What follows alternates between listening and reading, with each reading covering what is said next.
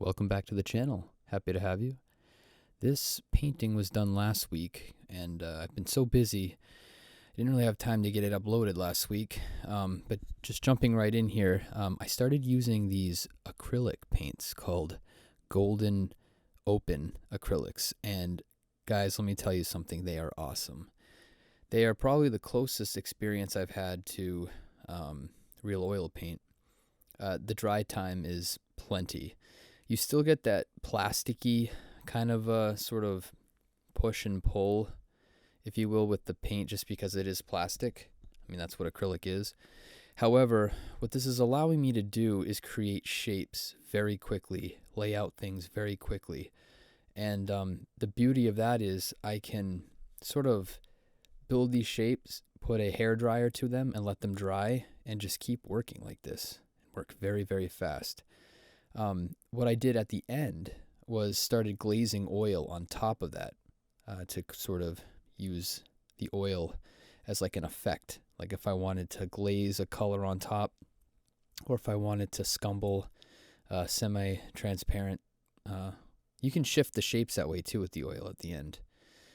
Okay, so another thing that I have been doing, and it was actually an accident, was I used burnt umber with a blue and just white.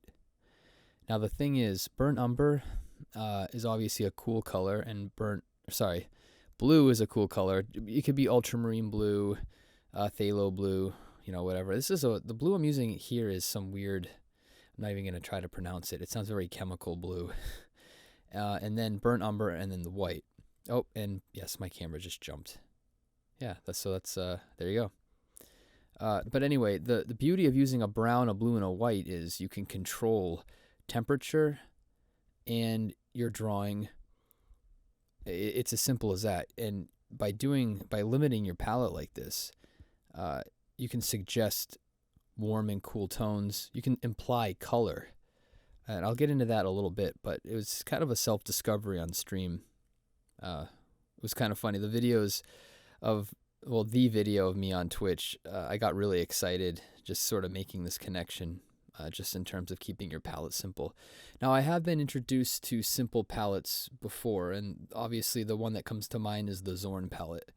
The Zorn palette is great, right? So you've got there's no blue. So you have ivory black or bone black, I think it's the historical pigment, yellow ochre, vermilion, which is extremely expensive, and lead white. Now, I had an authentic Zorn palette that I had got from Rublev, and I actually spent the money and got the vermilion. Is vermilion necessary? No, you can easily just use a red with it. But anyhow, I'm definitely getting off the point here. The point is that I have experience with limited palettes, but even just removing yellow and just using burnt umber as my warm, the blue as my cold, and the white to lighten those values, it even simplifies it more. So let me give you an example. The reference picture, which I don't even have here to show you, but like there was a lot of oranges in the sky, right? Because it's sunset. You can start implying orange by using your burnt umber. Now, again, I don't have yellow on the palette. All I have is burnt umber. So if I'm going to suggest anything warm, it has to be burnt umber. It's the warmest thing you have out of those two colors. So then you can lighten it with white. And what's interesting is as you add more titanium white to that, you end up cooling that red down. You make a cool red because titanium is incredibly cold. So you don't really think of white as cold or warm, but titanium white is incredibly cold. I'd argue it's probably the coldest pigment you have on your palette if you use titanium white. Anyway, so implying color, getting tones, getting your values right, but just, if something is, more orange, I need to mix a yellow with a red, but because I don't have yellow, burnt umber is my orange. And conversely, like if I need to make a green, I know blue and yellow make green, but I don't have yellow. So the closest thing I have is burnt umber. So that combination of the blue and the burnt umber and adding white, you suggest green within the context of your colors. So it's really, really cool to work this way. And it's interesting because you remove options and you gain options. It's a nice philosophy to live by. Okay, so let's talk about what I'm actually doing now. That was like the preface to this painting, by the way, just kind of filling you in on the deets. Uh, so yeah, I've got a nice, good sense of. Oh, here I am with the the blow dryer. It does work. It just takes a little bit of time. Oh, and even these colors, these golden open acrylics, even using the hair dryer as long as I did, they still were tacky. So when I say you get some, when you actually get some painting time, like wet painting time with these acrylic paints, I do mean that. Okay, so I got a good sense of that light in the background, and then of course it's like a flashlight, right? It just goes down the center of the water, and that's what I wanted to indicate earlier on. All right, I probably should have cut this out of the video. I apologize. It's just me probably talking with chat. All right, here we go. So now I'm starting to glaze the blue. You can see this ultramarine blue on top. Now I'm slowly starting to shift color. I'm really excited to share the next painting that I did actually today, which will be released. I might be able to get that released this week. We'll see how that goes. But yeah, so I've just got the blue going in. Oh, here we go. There's the yellow. So that is, the yellow I'm using is, lead tin yellow. Sorry, but guys, my mouth is dry. Let me take a sip of my liquid death. All right. Yeah, so that is lead tin yellow, and actually it's one of the oldest pigments. I was reading about it. The Egyptians used it on their pottery. Pretty cool. But yeah, I like using it. Also, it's a pale yellow, and it's also semi-transparent, so it's great if you're glazing. Cadmium yellow is very difficult. Cadmium yellow is very powerful too. I think, since I'm using such a subdued palette anyway, I like using that sort of weaker, if you will, yellow, because it just, I don't know, it's soft. It looks nice. I think I'm drinking some water in this, talking to chat more. So really quickly, I mean, if you look in the foreground, I got that seaweed that washed in, and I mean, just the shadows are so effective. Like, it looks like a stage lit sort of situation, and I barely did anything. It's just a couple of suggested cool and warm, light and dark values in color. So I think I'm putting in some shadow underhangs where that water comes in. I notice with waves, when they roll in, you always have this little bit of a sort of crease or shadow underneath the water, because water has some density, especially when it's foaming. So you want to make sure you have a little separator. Yeah, I was really happy with how this turned out. It's painted on wood panel again. So here we go, orange. There's no red. It's just burnt umber and that yellow. Now, I did choose to add the yellow with the oils that I laid down after the acrylics. And I think one of the reasons that I love waiting for the more like powerful color with the oil after the acrylics dry is that you can really, it's like your reward, right? You've been waiting so long. You want to see that like high chroma somewhere in the painting, and you wait and finally you pop it in, and it's just like, oh my God, like, I am so glad I waited to get my drawing where it needed to be, my values where it needed to be. All right. Yeah, here we go. Yeah, so again, I needed to make purple, right? You can see those sort of dark clouds. Well, I don't have red on my palette. All I have to make a purple is going to be the burnt umber, right? And the blue, and then the white. So red and blue make purple, but since I don't have red, I've got burnt umber. It's the closest thing. It's going to be red, burnt umber, and white. And depending on the combination, how much you add of burnt umber to the blue, I mean, you're going to change that, obviously. So yeah, that's how I got my purple. And you can see in the mix there, it looks purple, even though it's not purple at all, really. Yeah, I'm putting in more lines around the water. So this painting, there are things that I love about it. Again, it's an exercise in when to stop, or at least to take a break, because I think the things I'm adding in right now are kind of unnecessary. I don't think they're adding anything.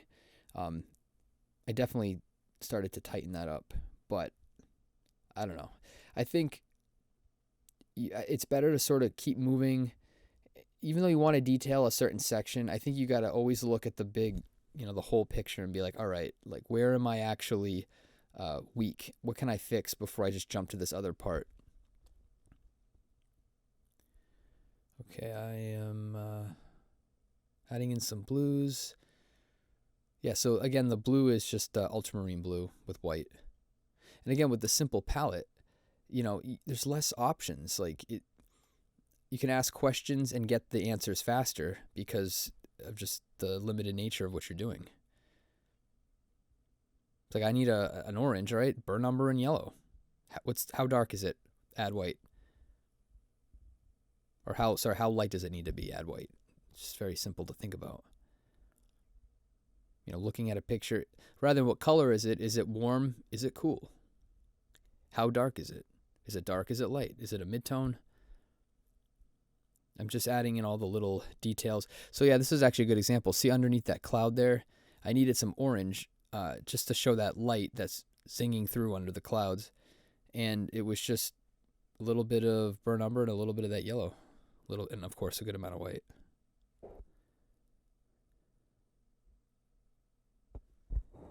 Ooh, ASMR. Got my mic cover back. ASMR, man, that's like so popular now. Everybody like really digs it on Twitch. I admit I actually enjoy it myself, depending on the ASMR, of course. Yeah, so again, I think I needed a darker value underneath that sun. I probably could have stopped painting this probably 5 minutes ago, but it's fun to push yourself too. And worst case scenario, what? Like I overworked it. Well, we'll do the next one. What I wish I had done is brought in more blue around that front wave. It's too warm. It's too orange.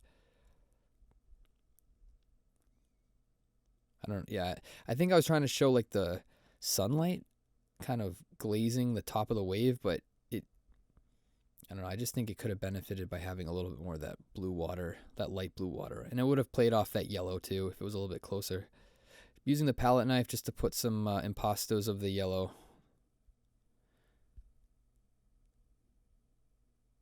I love using like thick impasto, almost like beads of paint. I always feel like it really adds not only character to your painting, but it really improves your lighting. So I'm adding more warmth on the sand. Simple combinations of color. Just so effective. I always say less is more. It really is. It's one of life's secrets, my friends. Less is more. The more you add, the more you take away most of the time.